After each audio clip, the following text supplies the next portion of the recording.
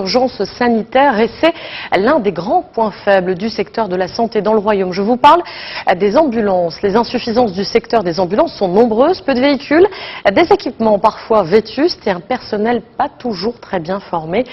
Ces défaillances mettent en jeu la vie des patients. Leur cause, essentiellement, un flou juridique qui provoque une anarchie totale dans la gestion, que ce soit des parcs privés ou publics. Certains SAMU parviennent en tout cas tout de même à accomplir leur mission, à la dépasser même parfois, à celui de Rabat notamment. Alors les ambulances sont-elles aux normes requises? Le parc ambulancier est-il correctement équipé? La politique de la santé est-elle suffisamment claire en la matière? Enfin, êtes-vous vraiment libre d'appeler l'ambulance de votre choix? C'est ce que vous allez voir dans ce reportage Médien TV signé Nadia Pakro, Hayat Ziani et Yassine Hamdoun.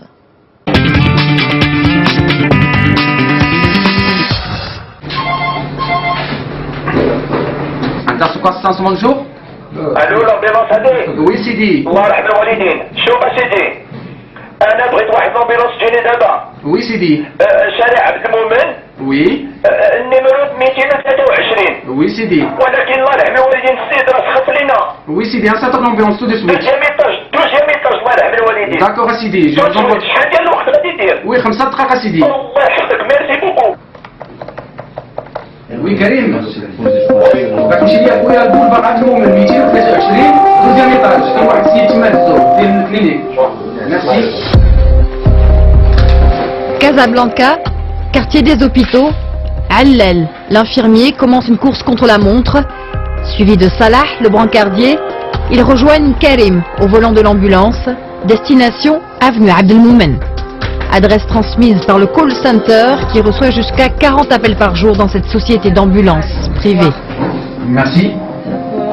GPS, géolocalisation par satellite, la société a fait le choix des nouvelles technologies pour tenter de maîtriser l'espace-temps dans la capitale économique. Un facteur difficile à calculer, ce matin encore, l'ambulance s'engouffre dans la jungle de la circulation kazaoui. Et comme souvent dans la ville blanche, gyrophares, sirènes n'y font rien, la mission d'urgence est ralentie par le trafic urbain. Notre équipe fait le choix de ne plus suivre l'ambulance, de continuer à pied vers le lieu indiqué. Nous arriverons avant l'équipe médicale. Au lieu de 5 minutes, il lui aura fallu presque un quart d'heure pour se rendre sur place.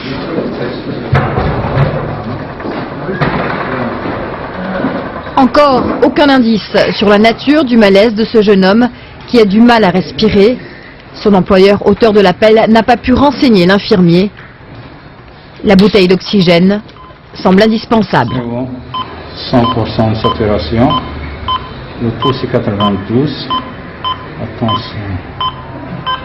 Prends l'attention. Youssef, ça va?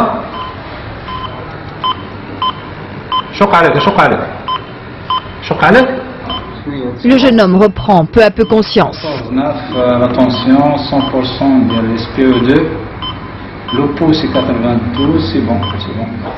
Après une ultime vérification des constantes, la tension, le taux d'oxygène dans le sang, mais aussi le rythme des battements de cœur, le patient est alors immédiatement transporté vers l'hôpital de son choix.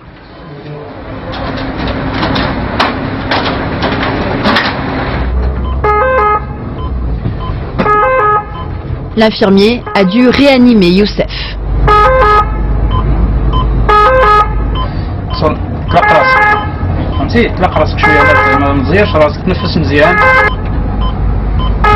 Il veille sur le malade en scrutant de près les chiffres de ses constantes jusqu'à l'arrivée à l'hôpital Ibn Rushd. C'est là que le jeune patient a choisi d'être hospitalisé. Un chemin encombré. Là encore, le gyrophare et la sirène ne seront pas d'un grand secours pour se frayer un chemin, pourtant emprunté plusieurs fois par jour par des véhicules d'urgence. De secours du quartier des hôpitaux, une société qui semble faire figure d'exception dans le secteur du transport sanitaire. 80 personnes y travaillent sur Casablanca, Rabat, Marrakech, mais aussi Agadir et l'Ayoun. Parmi ces atouts, 25 ans d'expérience et un matériel haut de gamme, comme cette couveuse néonatale, les compagnies marocaines en possédant se comptent sur les doigts de la main. La première fois qu'on on va mettre le prématuré, par exemple, c'est pas le médecin réanimateur ou gynéco, par exemple, quand on va le mettre, c'est pour le transfert. Importé à 100% de l'étranger, ce matériel est exonéré de taxes depuis 1991, en tout cas pour les véhicules. Un matériel très divers, mais surtout récent. La boîte des instruments. Ça, c'est l'appareil à tension. Ici, je compresse. On a les injections. Tout antispasmodique, anti-inflammatoire. Le thorax dénudé, comme indiqué sur le schéma, en enlevant le plastique de... Monitorscope multiparamétrique, défibrillateur semi-automatique, tout un arsenal médical qui coûte cher. Un coût qui se répercute sur le service offert, 250 dirhams pour un transport simple, 500 pour un transport nécessitant une bouteille d'oxygène et 1500 dirhams pour avoir un médecin à bord de l'ambulance. Médecin urgentiste, infirmier polyvalent, voilà l'autre force de cette société qui dispose de sa propre structure de formation en secourisme. Un choix imposé par la pénurie de formation dans le domaine au Maroc. Dans le public, seul un institut du ministère de la Santé dispense ces enseignements dans tout le royaume.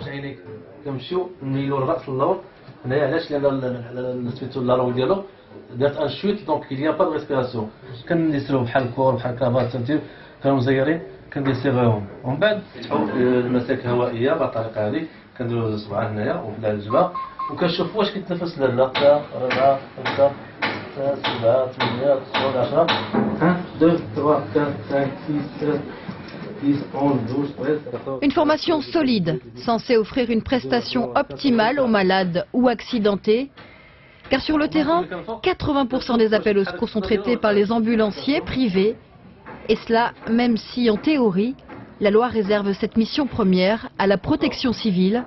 C'est elle qui est chargée d'intervenir sur la voie. Yes, sir. Can I, yeah, you're calling from Hayat Urgency. Can I have your name, sir? Un service élargi à l'international sur le territoire marocain, en partenariat avec les organismes d'assistance étrangers qui exigent des normes draconiennes.